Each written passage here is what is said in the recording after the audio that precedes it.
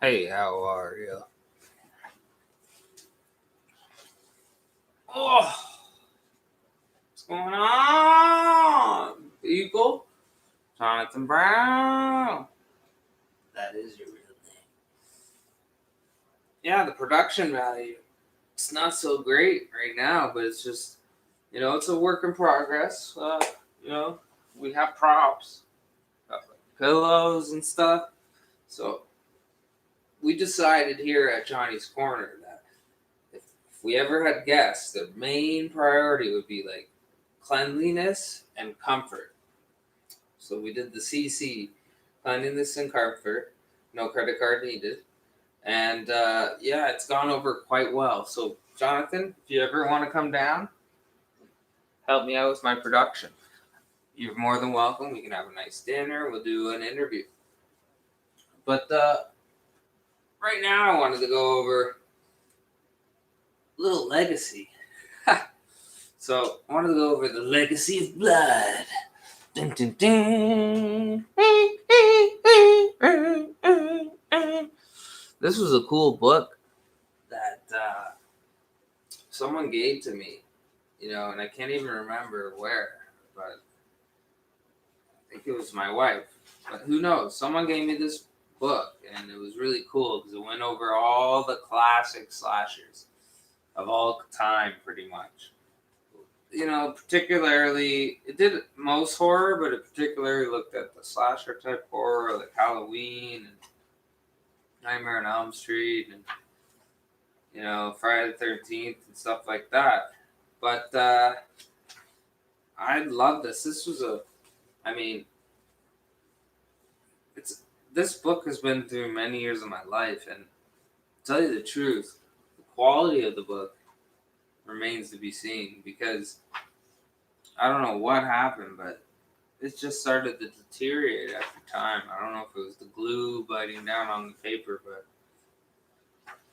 really interesting book. You would talk about films like Deadly Manor in 1989.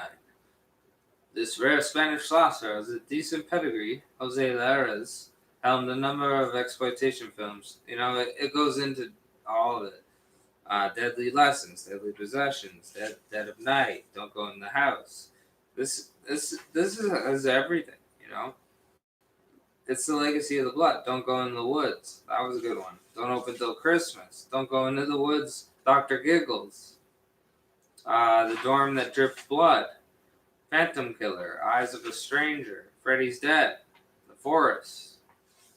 Flashback. Halloween 5, The Revenge of Michael Myers. Everything, man. Like, if you name it, it's in here. So, Jason X.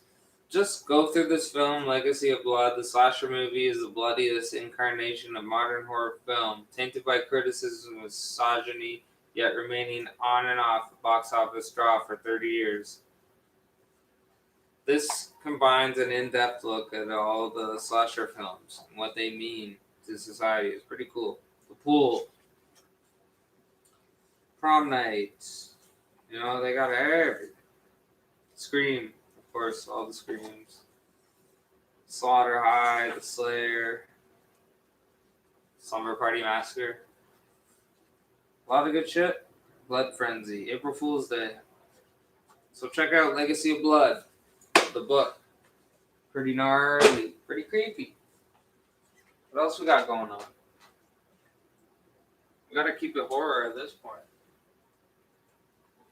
Well, we should go. If we're gonna keep it horror, we should go into the secret box of horror. Johnny's secret box of horror.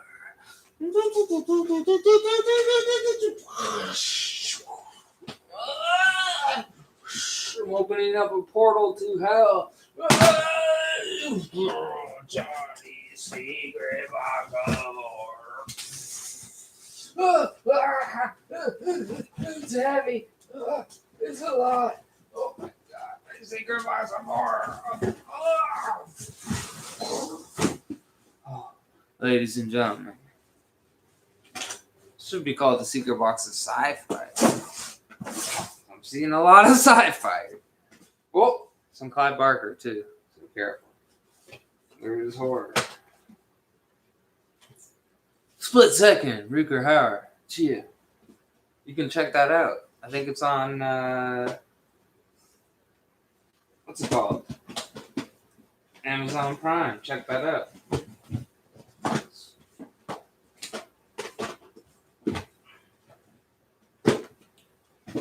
Oh yeah, this is sci-fi to hell. Black Moon Rising. Fucking Tommy Lee Jones. What's her name from fucking Terminator?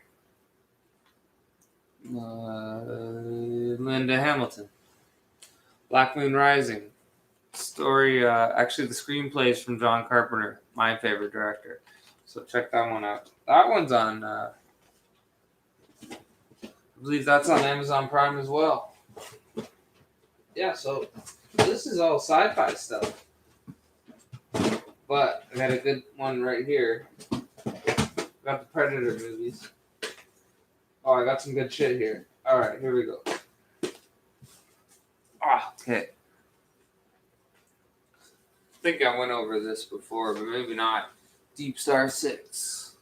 Got that on Blu-ray as well. That's just like a beautiful cheese. Beautiful cheese. Underwater science fiction film. Good comedy. Good back and forth. You got Miguel Ferrer freaking out. Losing his goddamn mind. He's like, I can't take it under here. Crazy scenes with him. He's one of my favorite B-movie actors. He's in The Guardian. He's in The Stand. Stephen King, the original Stand. A lot of good stuff. He's also in the Stephen King's, I don't know, some kind of vampire movie. But, yeah, Deep Star 6 was dope. No Escape. Ray Liotta, of all people. You got Ray Liotta. You got, what's his name from fucking Kevin Dillon, Ernie Hudson again, and Lance Henriksen. So this is like a post-apocalyptic Orwellian future. This is our future. So it's kind of like Fortress with Christopher Lambert. And so this guy's like, he's got like a background in Navy SEAL or whatever, and he gets put into this new jail system, which is pretty much on an island, survival of the fittest. And there's like half the island is like cannibals, fight to the death. Another half is like just people trying to make it, holding this fort.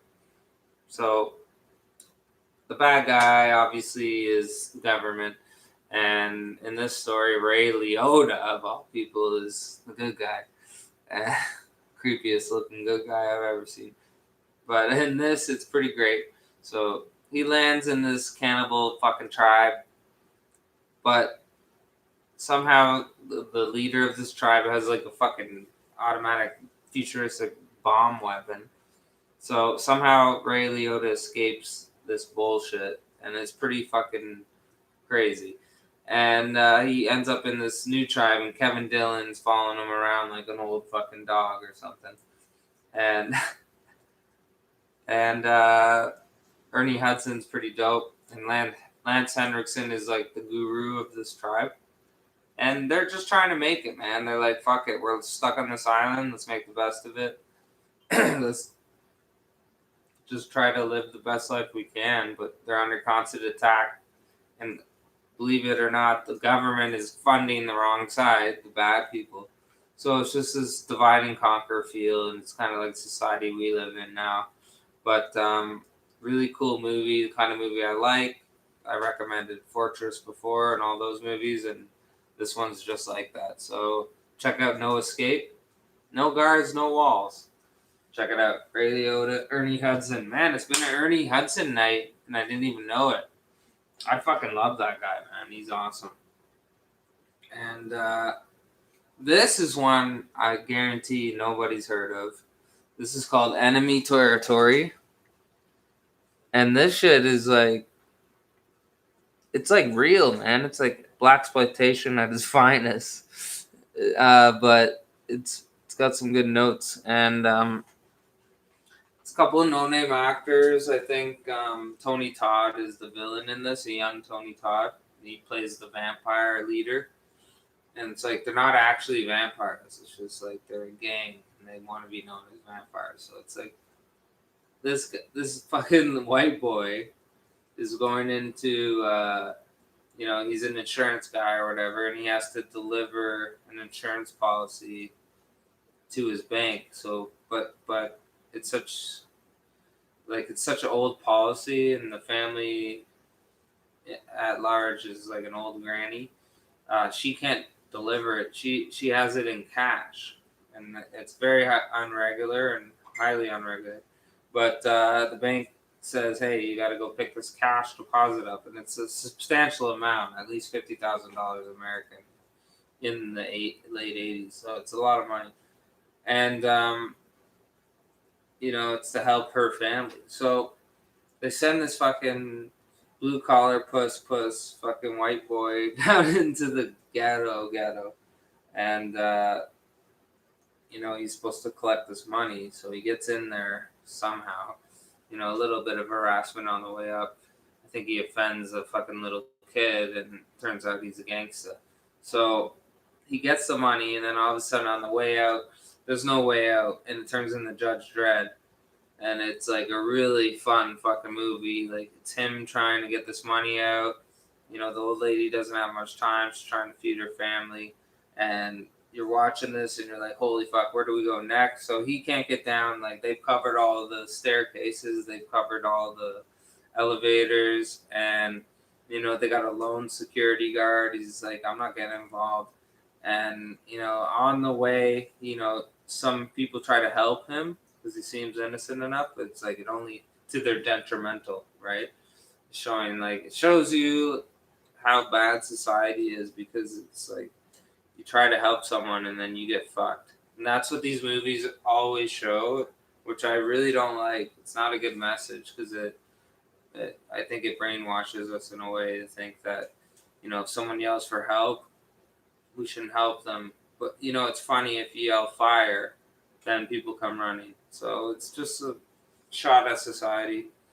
But really enjoyable, really cheesy. Don't be thinking it's Oscar worthy. This isn't Mississippi Burning. But this movie has a lot of good elements, and community coming together. Kind of reminds me of Death Wish with Charles Bronson.